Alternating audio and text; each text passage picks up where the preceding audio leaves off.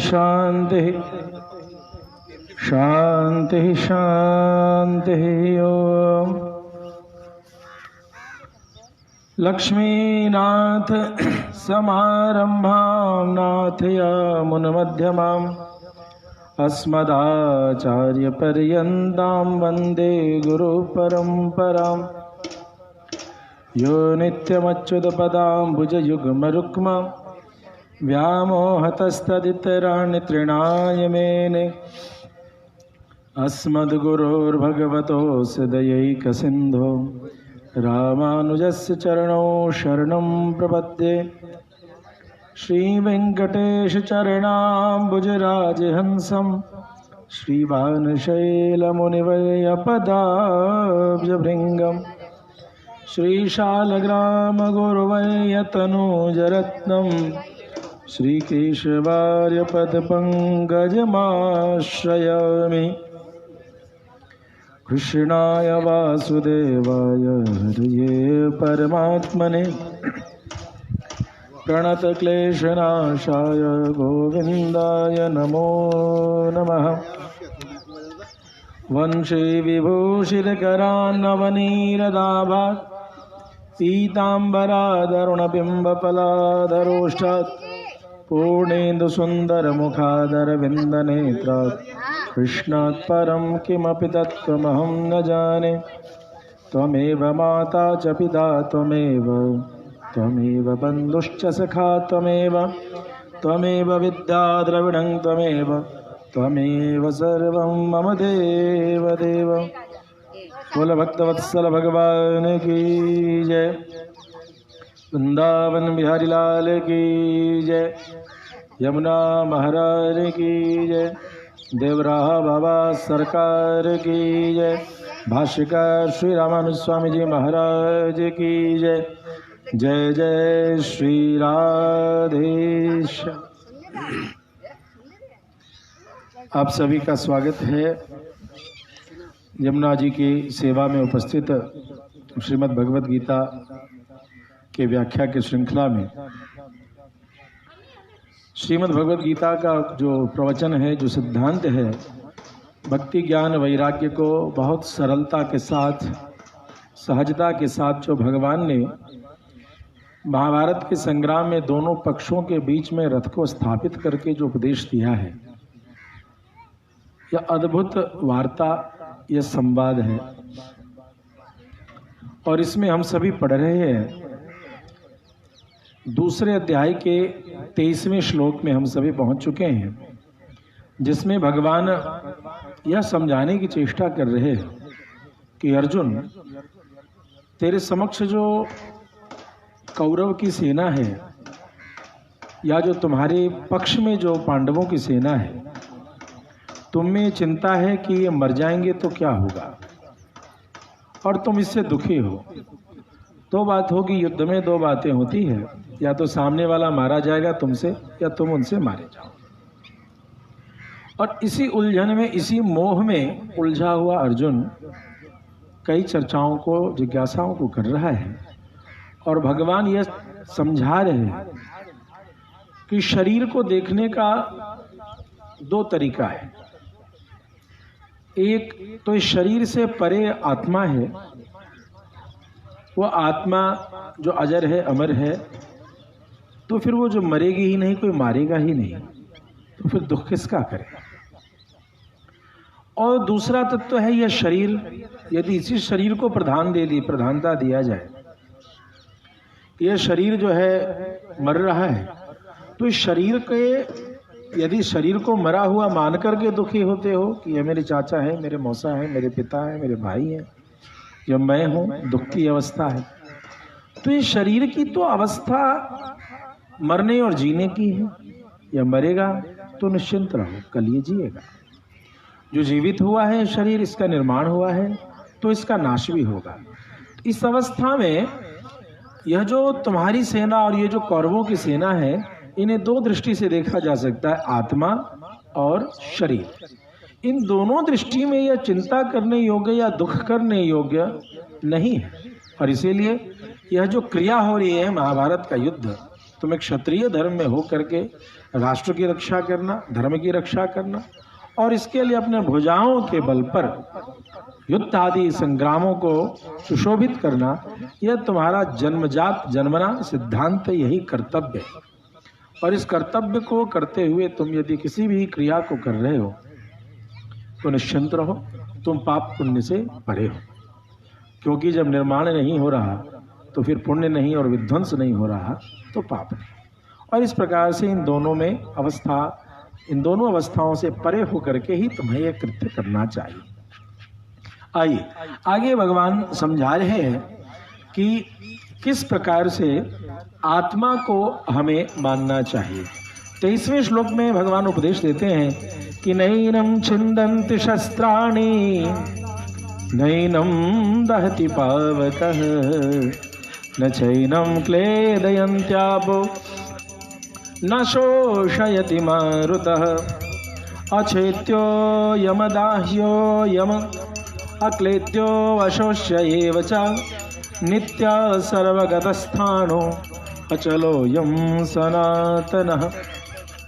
शस्त्राग्नि, इस आत्मा को शस्त्र नहीं काट सकते, इसे कोई जला नहीं सकता, जल से यह गल नहीं सकता और वायु इसे सुखा नहीं सकती, क्योंकि अछेद्य दाह्य अदाह्य अक्लेद्य अशोष्य है और नित्य सर्वव्यापी स्थिर स्वभाव अचल और सनातन।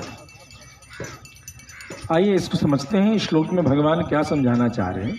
रामानुज स्वामी जी कहते हैं शस्त्राग्नि अंबु वायवा छेदन दहन क्लेदन शोषणानि आत्मानं प्रति कर्तुम न शक्नुवन्ति। व्यापकत्व शब्द एक शब्द है, व्यापक होना। व्यापक शब्द का मतलब होता है किसी चीज में प्रवेश होने का अधिकार प्राप्त करना। संसार के समस्त जड़ चेतन समस्त वस्तुओं में सबसे व्यापक यदि कोई है तो आत्मा है, जो अत्यंत सूक्ष्म व्याप्य सामर्थ्य रखती है, वो व्यापक है। सूक्ष्म छोटी से छोटी जगह में वो प्रवेश कर सकता है। इसलिए अब रही बात की जो मारने, किसी चीज को मारने की प्रक्रिया है, किसी को हमको मारना है, किसी की हत्या करनी है, किसी का नाश करना है, तो उसके लिए जिस वस्तु का मरना है और जो मारने वाला है उसमें यह गुण होना चाहिए कि जो मरने वाला है वह अपने भीतर किसी को घुसने दे और जो मारने वाला है वह उसमें घुस सके, तभी वो मरेगा। अभी हम लोग यहाँ नदी किनारे, जमुना जी के किनारे बैठे नहीं मर रहे, क्योंकि जमुना जी का जल आपके भीतर नहीं जा रहा है। वो यदि भीतर जाएगा तो ही आप मरोगे। हवा जो बह रही है, जब धीरे धीरे वह आपके शरीर के भीतर प्रवेश करने लगेगी तो हवा शायद आपको सुखा करके, बहुत गर्म हवा कहीं पर हो, अग्नि जल रही है और आप उसमें हैं, तो दाह तपिश से भी वह हवा भीतर गर्मी की प्रवेश करके आपके मांस को जला करके आपको मार सकती है। शस्त्र है वह भीतर प्रवेश करेगा तो ही तो आप कटोगे। तो इस शरीर प्रवेश का एक माध्यम में अवसर दे रहा है, तो ये मर रहा है। लेकिन आत्मा अत्यंत सूक्ष्म है, इसीलिए शस्त्र इसमें प्रवेश नहीं करेगा, इसमें प्रवेश कर ही नहीं सकता। अग्नि इसमें प्रवेश नहीं कर सकती है। वायु, अंबु, जल, जल इसके भीतर, आत्मा के भीतर प्रवेश नहीं कर सकती है, इसलिए जल इसे नहीं मार सकती। वायु, हवा भी इसके भीतर प्रवेश नहीं कर सकती, इसलिए न ये कट रहा है, न ये जल रहा है, न ये गल रहा है, न इसके टुकड़े टुकड़े हो रहे हैं। यह उसी रूप में रहेगा। अति सूक्ष्म होने के कारण यह सब में प्रवेश कर सकती है, मगर इसमें कोई प्रवेश नहीं कर सकता। इस गुण के कारण इसे कोई नहीं मार सकता। सर्वगतत्वात् आत्मना सर्वतत्व व्यापक स्वभावतया सर्वेभ्य तर्तेभ्य सूक्ष्मत्वात् अस्यते व्याप्त्यन अनर्हत्वात् व्याप्ति अनर्हत्वात् व्याप्य कर्तव्यत्वात् च छेदन दहन क्लेदन शोषणानाम अत आत्मा नित्य स्थाणु अचल अयम सनातन स्थिर स्वभाव अप्रकंप्य प्रार्थना च। इसीलिए कोई इसमें जब प्रवेश नहीं कर सकता तो इसका कोई भी क्षरण नाश नहीं करने के कारण यह आत्मा नित्य है। स्थाणु, अस्थाणु मतलब सर्वव्यापी है, स्थिर स्वभाव वाला है और यह सनातन है, इसमें कभी कोई दोष उपस्थित नहीं हो सकता। यहां पर भगवान ने कहा अयम सनातन, भगवान सनातन है, भगवान का ये भागवत धर्म सनातन है और भगवान कह रहे हैं ये जिनको तुम देख करके चिंतित हो रहे हो और तुम जो अपनी अवस्था के लिए चिंतित हो रहे हो, तो मेरे प्यारे यह सत्य जानो, तुम भी सनातन हो, ये भी सनातन है, मैं भी सनातन हूं। जिस तरीके से मुझ कृष्ण के लिए किसी को विलाप करने की आवश्यकता नहीं, वैसे इस दुर्योधन की भी आने वाली अवस्था के लिए किसी को विलाप करने की आवश्यकता नहीं। और यदि इस महाभारत में तुम्हें जो चिंता है, तुम्हारे पक्ष के लोगों को कोई क्षति होगी, तो तुम सभी सनातन होने के कारण यहाँ दुख करने की बात नहीं है। अब 25वें श्लोक में भगवान कहते हैं अव्यक्तोयम अचिंत्योयम अविकार्योयम उच्यते तस्मादेवं विदित्वा एनं नानु शोचितुमर्हसि। यह अव्यक्त है, अचिंत्य निर्विकार है, इसलिए इसे ऐसा जानकर इसके लिए तुम्हें शोक नहीं करना चाहिए। अव्यक्त का मतलब क्या है? कहते हैं कि छेदनादि योग्यानि वस्तूनि यही प्रमाणे व्यज्यन्ते तै अयम आत्मा न व्यज्यन्ते इति अव्यक्तः। काटने आदि के जैसे आदि जी बस उन्हीं की व्याख्या गीता जी पर चल रही है। गजब की व्याख्या, दूसरा अध्याय सबसे प्रिय है। जी जी इसमें ज्ञान दिया भगवान ने। जी जी जी गीता महाराज। तो अव्यक्ता छेदन आदि, किसी चीज को छेदन करना। ये जितनी संसार में वस्तुएं हैं, कोई छेद के प्रवेश कर सकती हैं, कोई जल करके मर सकती है, कोई कट करके उनका नाश हो सकता है। इन अलग अलग पद्धतियों के द्वारा जिन सभी पदार्थों का नाश हो सकता है, उन प्रमाणों से ये वस्तुएं जिन प्रमाणों से व्यक्त की जा सकती हैं, जो वस्तुएं जल सकती हैं, कट सकती हैं, गल सकती हैं, ऐसी वस्तुओं को समझने के लिए जिन प्रमाण का, जिस मापन को करने के लिए जिस प्रमाण की आवश्यकता है, उन प्रमाणों के द्वारा कभी भी भगवान की जो है आत्मा की व्याख्या नहीं हो सकती। इसीलिए आत्मा अव्यक्त कही जा रही है। अतः छित्यादि विजाते हैं, इसीलिए छेदन करने योग्य, काटन करने योग्य, गलाने योग्य, सुखाने योग्य इन सभी वस्तुओं से विजातीय अलग धर्म का माना जाना चाहिए। अचिंत्य च सर्वस्तु विजाये तियत्वेन तत्तत् स्वभाव युक्ततया चिंतयितुम अपि न अर्हः। जी आप फोन पे बात कर लीजिएगा। ठीक। तो कहते हैं अचिंत्य च सर्वस्तु विजाई विजातीयत्वेन, जिन वस्तुओं को काटा जलाया जा सकता है उनसे यह विजातीय है, और समस्त वस्तुओं से विजातीय है, अलग जाति अलग गुण का, कहें तो सभी गुणों से अलग। जिन वस्तुओं से हम आत्मा को समझना चाहेंगे, उन वस्तुओं में जो प्रमाण से, जैसे हम दूध को लीटर से नापते हैं और किसी वस्तु को मीटर सेंटीमीटर से नापते हैं, किसी वस्तु को हम जैसे लीटर से या मीटर से या किलोग्राम से आदि से नापते हैं, ये सारी वस्तुएं जो है नष्ट होने की युक्त प्रवृत्ति से युक्त है, वृत्ति से युक्त है। इसलिए इन्हीं मीटर से या किलो से या लीटर से यदि आत्मा को नापने की चेष्टा करेंगे, तो कहते हैं या चिंतित तुम न रहा, उन्हीं स्वभाव से, उन्हीं परिमाण से, उन्हीं विधि से आप इसको यदि नापने की सोचते हैं तो ये व्यर्थ की, ऐसा नहीं हो सकता। अतः च विकार्य विकारान अर्हा, उन वस्तुओं से अचिंत्य है, अविकारी है, विकार के योग्य नहीं है। तस्मात् उक्त लक्षणम एनम आत्मान विदित्वा तत्कृतेन अनुशोचितुम अर्हसि। उक्त लक्षणों वाले इस आत्मा को जानकर तुझे इसके लिए शोक नहीं करना चाहिए। इससे शोक से परे हो जाओ, क्योंकि ये कटेगा नहीं, जलेगा नहीं। और इसके लिए जिन वस्तुओं को तुम जानते हो, उन वस्तुओं के प्रमाण परिणाम के आधार पर आत्मा की तुलना करने के कारण ही तुम शोक को प्राप्त हो रहे हैं। अथ चैनम नित्य जातम नित्यम वा मनसे मृतम तथापि तुम महाबाहो नैवम शोचितुमर्हसि। 26वें श्लोक में भगवान कहते हैं यदि तू इस आत्मा को, अथ चैनम, यदि जो इन कौरव और पांडवों की चर्चा करते हो, यदि इन्हें तू सदा ही शरीर की भांति सदा जन्मने और मरने वाला ही मानता है, तो तुझे इस प्रकार से शोक करना उचित नहीं है।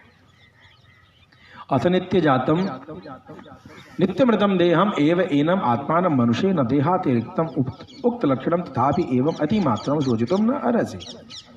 यदि इस आत्मा को शरीर से भिन्न, यदि तो इन्हें ये जो शरीर है जन्म रहा है और मर रहा है, इस शरीर को ही तो आत्मा माने, आत्मा को शरीर से भिन्न उपयुक्त लक्षणों वाला न माने, तो इस प्रकार अति मात्र से भी एवं अति मात्रम शोचितुम न रहसि, तुम्हें शोक नहीं करना चाहिए। क्यों? तो परिणाम स्वभावस्य देहस्य उत्पत्ति विनाश अवर्जनीयत्वात्। यह शरीर तो जन्म लेता है, यह शरीर तो तत्पश्चात मरता है, और जन्मजातस्य आगे के श्लोक में कहेंगे कि जन्मता है, जन्मता फिर मरता है। तो ये कोई नई बात नहीं है जो तू करने वाला है, इसलिए तू चिंतित हो जाए कि मैं ऐसा कर रहा हूं तो बड़ा अचरज होने वाला है। भाई इसके लिए मुझे चिंता करनी चाहिए, ऐसा नहीं है। ये प्रकृति है, प्रवृत्ति है इस प्रकृति की, यह होता रहता है, और इसमें शरीर का निर्माण और विध्वंस सभी होता रहता है। इसलिए सहज भाव से इस अवस्था को प्राप्त करना चाहिए। शरीर मान करके भी तुम्हें निश्चित रहना चाहिए। 27वें श्लोक में भगवान बहुत ही सुंदर और बहुत ही प्रसिद्ध उपदेश को कहते हैं कि जातस्य हि ध्रुवो मृत्युर्ध्रुवं जन्म मृतस्य च तस्माद् अपरिहार्येते न त्वं शोचितुमर्हसि। सामान्य अर्थ लेते हैं, जातस्य ध्रुवो मृत्यु, जो जन्मता है, यह जो शरीर है जो जन्म से युक्त है, यह जन्मा है तो यह मरेगा।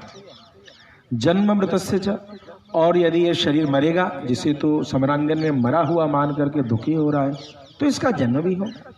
तस्मात् अपरिहार्यार्थे न तुम शोचितुमर्हसि। ये अपरिहार्य, इसे छोड़ा नहीं जा सकता, इसे इस होने वाली घटना में परिवर्तन लाई नहीं जा सकती। ऐसा नहीं है कि ये जो कौरव हैं और तुम्हारे पक्ष के जो पांडव हैं ये मरेंगे नहीं, ये मरेंगे जरूर। इसलिए ना तुम शोचितुमर्हसि, इन मरणशील शरीर के लिए भी तुझे चिंता करने की आवश्यकता नहीं है। उत्पन्नस्य विनाशो ध्रुव अवर्जनीय उपलभ्यते तथा विनष्टस्य अपि जन्म अवर्जनीयम। जिस शरीर में का निर्माण हुआ है इसका संहार होना, और जिसका विनाश हुआ है इसका पुनर्निर्माण होना, यह जब ध्रुव सत्य है तो यहाँ पर अब इस पर बारंबार चिंतन मनन करने की या दुखी होने की, शोकग्रस्त होने की आवश्यकता नहीं है।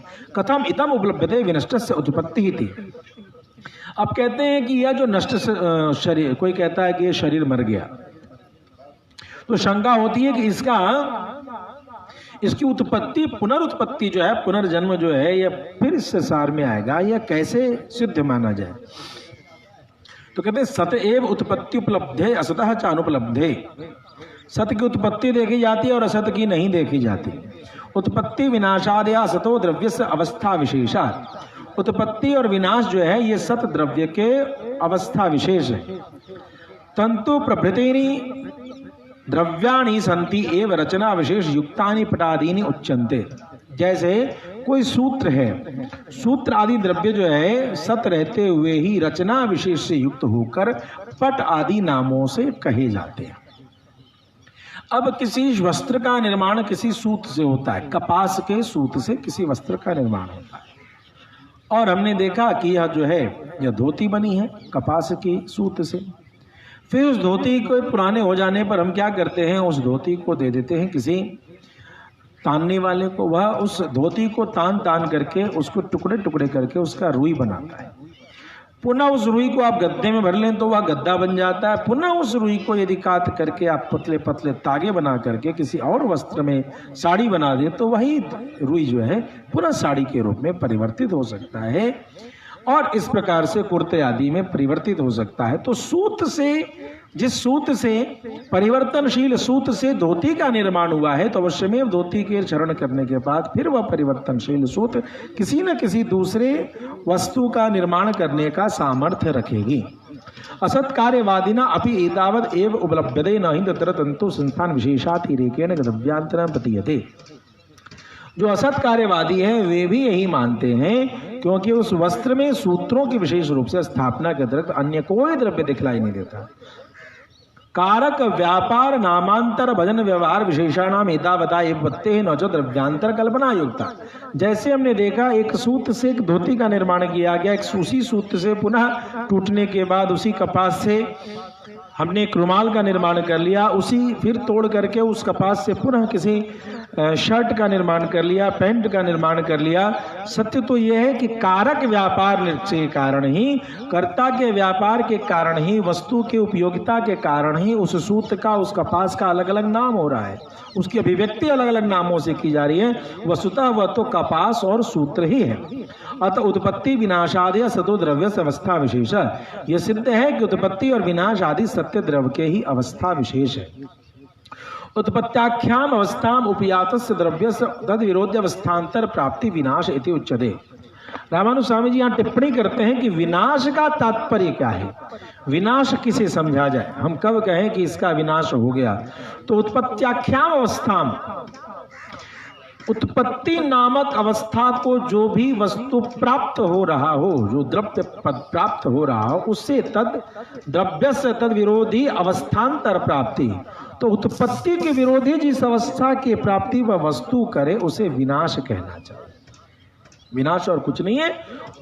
जो भी वस्तु निर्मित हो रहा है वह यदि निर्माण की प्रक्रिया के विपरीत किसी प्रक्रिया को, अवस्था को प्राप्त कर रहा है तो उसे विनाश ही मानना चाहिए।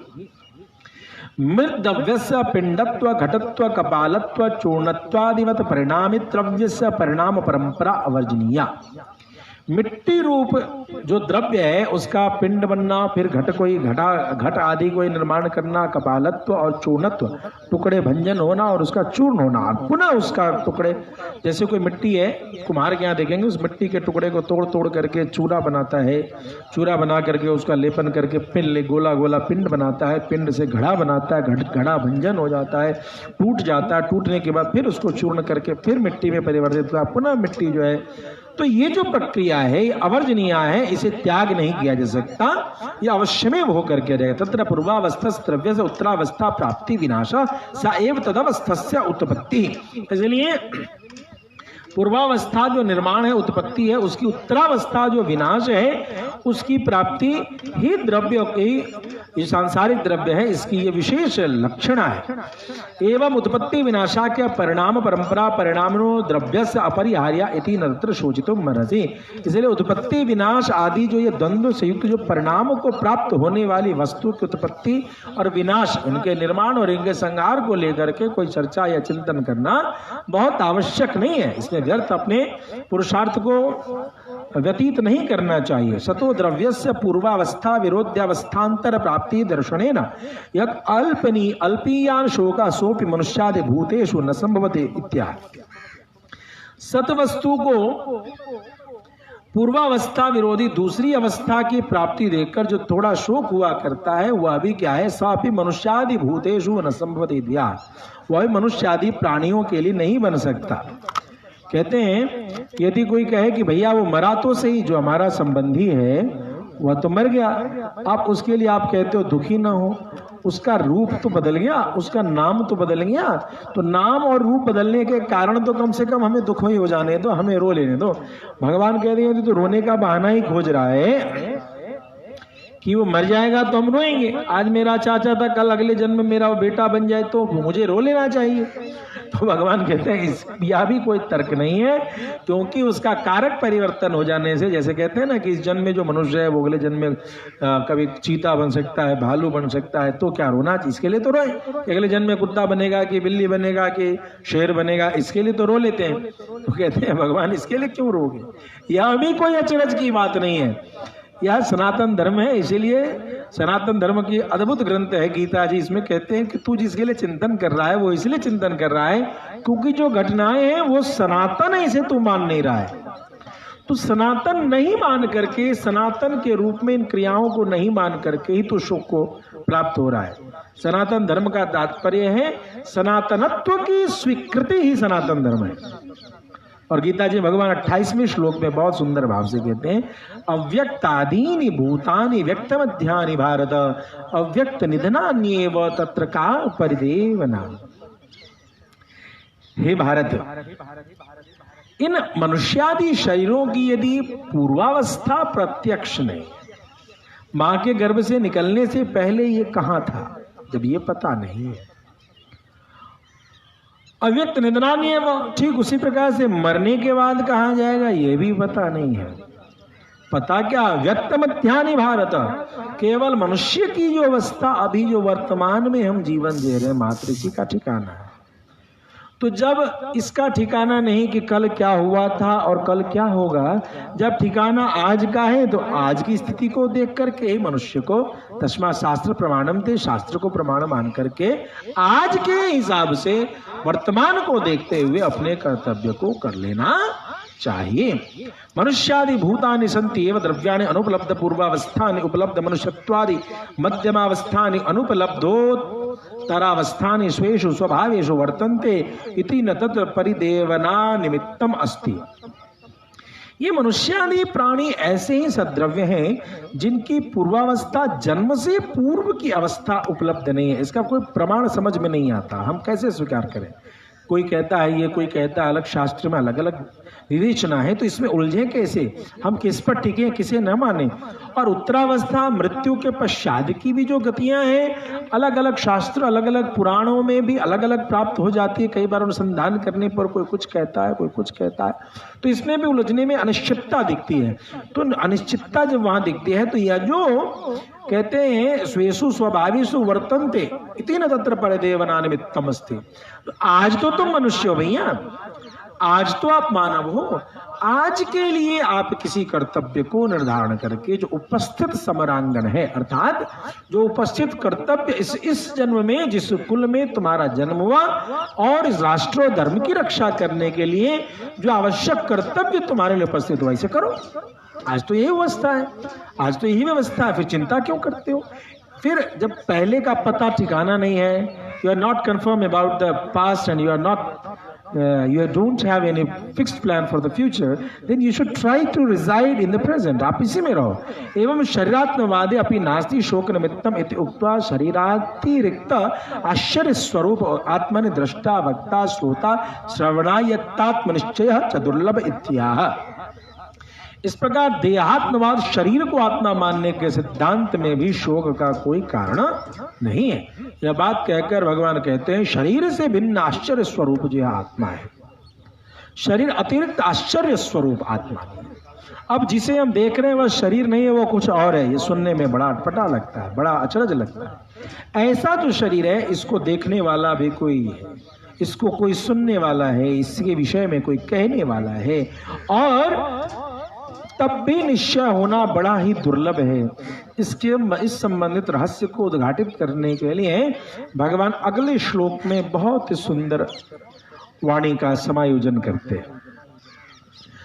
भगवान कहते हैं आश्चर्यवत् पश्यति कश्चिदेनम आश्चर्यवत् वदति तथैव चान्यः आश्चर्यवच्चैनमन्यः शृणोति श्रुत्वा पेनं वेद न चैव कश्चित्।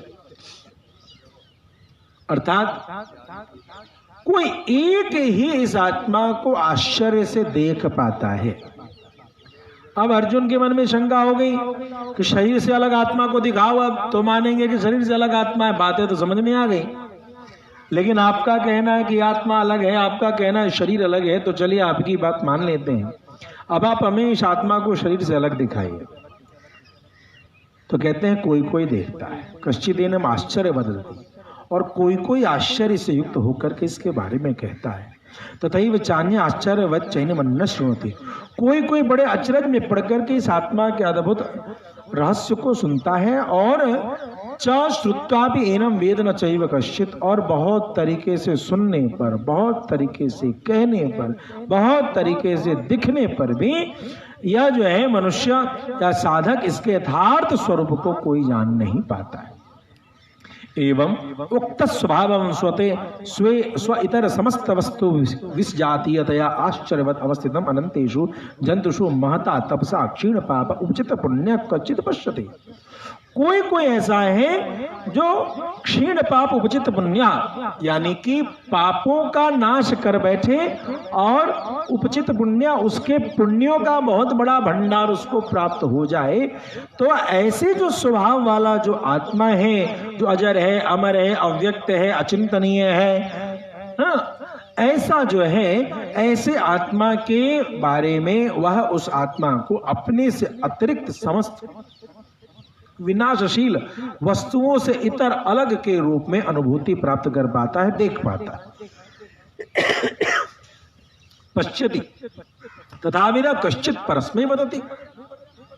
और कोई बहुत बड़ा पुण्य आत्मा शास्त्र और संतों के शरण में रह करके संत और शास्त्रों के द्वारा उपदिष्ट सिद्धांतों का अनुसंधान करता हुआ वह कोई उस पर आश्चर्य से कुछ बोल पाता है। एवं कश्चिदेव श्रृणोति श्रुत्वा, कोई संतों के, आचार्यों के, गुरुजनों की शरणागति करता हुआ आश्चर्य से उस आत्मा के इस अद्भुत रहस्य, अलौकिक रहस्यों को सुन पाता है। अपि एनम यदावद अवसितम तत्वतो न कश्चिवेद। लेकिन और सुनकर भी इस आत्मा को यह जैसा है ठीक वैसा है, यथावत अवसितम तत्वतो न कश्चित वेद। जिस ठीक प्रकार से जितने गुण या जो भी व्यवस्था है, रहस्य है इस आत्मा का, इन समस्त रहस्यों को समझना दुर्लभ है, असंभव सा समझें। अवस्थम तत्वतो न कश्चित वेद, पूर्ण रूप से इस आत्मा के रहस्य को समझना किसी के सामर्थ्य में नहीं रहता। चकारा दृष्टि वक्तृ श्रोत्रिषु अपि तत्वतो दर्शनम तत्वतो वचनम तत्वतः श्रवणम दुर्लभम इति उक्तम भवति। तो इस प्रकार से दृष्टा, वक्ता, श्रोता, इन तीनों अवस्था में भी भगवान की लीला को, या ये जो आत्मा है, इस आत्मा को शरीर से भिन्न जान करके इस आत्मा के समस्त रहस्यों को समझ पाना या कठिन है, या यूं माने कि यह असंभव है। इसीलिए जब कभी भी हम आत्मा के बारे में सुनते हैं तो वहाँ एक छोटी सी रूपक आती है, एक दर्शन आता है कि एक हाथी है और अंधों ने उस हाथी को देखा, किसी ने उसका सूंड पकड़ा, किसी ने उसकी पूंछ पकड़ी, किसी ने उसका कान पकड़ा, किसी ने उसका हाथ पकड़ा, पंजे पकड़े, किसी ने उसकी पीठ थपथपाई, और जिसने जो पकड़ा उसी के रूप में उसकी व्याख्या कर बैठा। अर्थात यह जितने भी सुनने वाले, कहने वाले, देखने वाले हैं, इन सबों ने जितने रहस्य को समझा उतना ही अभिव्यंजना या उसकी अभिव्यक्ति वो कर सकें। बाकी पूर्ण रहस्यों को कहने वाला यही मात्र आत्मा के संपूर्ण व्याख्या है। इति शब्द से या इति पद से व्याख्या करने की अवस्था किसी को प्राप्त नहीं। भगवान कहते हैं, देहि नित्यमोध्योयम देहे सर्वस्य भारत तस्मात् सर्वाणि भूतानि न तुम शोचितुमर्हसि। सबके शरीर में रहने वाला यह आत्मा, 30वें मंत्र में भगवान उपदेश देते हैं, सदा ही अवध्य, इसको कोई मार नहीं सकता। अतः इन सभी प्राणियों के लिए तुझे शोक नहीं करना चाहिए। सर्वस्य देवादिदेहिनो देहे वध्यमाने अपि अयम देहि नित्यम अवध्य इति मंतव्य। यद्यपि यह जो मरण धर्मा शरीर है, लेकिन फिर भी इसमें उपस्थित रहने वाला ये जो आत्मा है, यह नित्य है, यह अवध्य है। तस्मात् सर्वाणि, यह अवध्य क्यों है? क्योंकि मरने की प्रक्रिया क्या है, मारने की प्रक्रिया क्या है? मारने की प्रक्रिया है किसी चीज में प्रविष्ट होकर के ही उसका वध किया जा सकता है, उसका नाश किया जा सकता है, उसका चरण किया जा सकता है। अति सूक्ष्मता आत्मा में यह गुण होने के कारण उसमें कोई शस्त्र, कोई अग्नि, कोई जल, कोई वायु आदि का प्रवेश होना असंभव होने के कारण वह अवर्जनीय, वह अब व्यापक हो जाती है, उसमें कोई भी चीज प्रवेश नहीं कर सकती। और जैसे ही कोई भी चीज प्रवेश नहीं कर सकती तो उसके वध होने की सारे सिद्धांत समाप्त होते हैं और इस प्रकार से आत्मा अवध्य हो जाती है। तस्मात् सर्वाणि देवादि स्थावरान्तानि भूतानि विषमाकाराणि अप्युक्तेन स्वभावेन स्वरूपतः समानानि नित्यानि च। इसलिए देवता से लेकर स्थावर पर्यंत जितने भी प्राणी हैं, ये सभी विषम आकार वाले, अलग अलग आकार के हैं, मगर हैं तो इनमें सभी में आत्मा। अतः ये ऊपर युक्त जो यह स्वभाव बताए गए हैं आत्मा के, ये सभी में, चाहे वह कीट हो, पतंग हो, कोई मनुष्य हो, कोई पशु हो, कोई पक्षी हो, या देवता हो, यक्ष हो, गंधर्व हो, इन सभी में जो उपस्थित आत्मा है, इन सभी में स्वरूपता, समानता और नित्यता प्रदर्शित होती है। इसलिए देहगतम तो वैषम्य अपे अनित्यत्वम च विषमता और अनित्यता तो केवल शरीरों में ही है। ततो देवादीनि सर्वाणि भूतानि उद्देश्य न शोचितुम अर्हसि न केवलम भीष्मादीन प्रति। अतः केवल भीष्मादि जो पितामह भीष्म आदि जो श्रेष्ठ पुरुष इस युद्ध में उपस्थित हैं, इनके लिए ही ऐसा नहीं सोचना चाहिए। देवादि सभी प्राणियों के लिए, अन्य जो छोटे जो सिपाही हैं, अब आप सोचो कि पितामह भीष्म का वध हो जाएगा तो हमें पाप लगेगा, द्रोणाचार्य कृपाचार्य का वध हो जाएगा तो हमें पाप लगेगा, दुर्योधन हमारे भाई हैं इनके लिए दुखी हो जाएंगे, तो इस प्रकार की चिंता से ही मात्र क्यों दुखी होते हो? न तो ये चिंतन करने योग्य है और ना ये जो छोटे छोटे सिपाही भी उपस्थित हैं, ये जो घोड़े, ये जो हाथी, ये सभी जो युद्ध में उपस्थित हैं, इन सबों के लिए भी तुम्हें चिंतित होने की आवश्यकता नहीं है, क्योंकि ये आत्मा जो इस घोड़े को प्राप्त है, जो इस हाथी को प्राप्त है, जो इस सिपाही को प्राप्त है, घुड़सवार को प्राप्त है, जो रथ पर बैठे को प्राप्त है, जो पितामह भीष्म आदि को प्राप्त है, इन सभी को जो प्राप्ति अलग अलग आत्माएं हैं, इन सभी आत्माओं को का गुण जो है नित्यत्व है, अवध्यत्व है। ये अवध है, इनका अवध नहीं किया जा सकता, ये नित्य है, ये सनातन है। आगे भगवान किस प्रकार से सुंदर उपदेशों के माध्यम से अर्जुन के विषाद को नष्ट करते हैं, ये कल से पुनः आप सभी उपस्थित हों 4 बजे से, और 4 बजे से श्रीमद् भगवत गीता के ऊपर भाष्यकार श्री रामानुज स्वामी जी ने जो सरल शब्दों से व्याख्या की है, उसको समझते हुए हम सभी यमुना नदी के तीर का आनंद लें, दर्शन करें। श्री कृष्ण गोविंद हरे मुरारे, हे नाथ नारायण वासुदेव। श्री कृष्ण गोविंद हरे मुरारे, हे नाथ नारायण वासुदेव। हे नाथ नारायण वासुदेव, हे लक्ष्मी नारायण वासुदेव। हे नाथ नारायण वासुदेव, हे लक्ष्मी नारायण वासुदेव। श्री कृष्ण गोविंद हरे मुरारे, हे नाथ नारायण वासुदेव। प्रेम से भक्तवत्सल भगवान की जय, यमुना महारानी की जय, भाष्यकार श्री रामानंद स्वामी जी महाराज की जय, श्री देवराहा बाबा सरकार की जय। जय जय श्री राधे श्याम।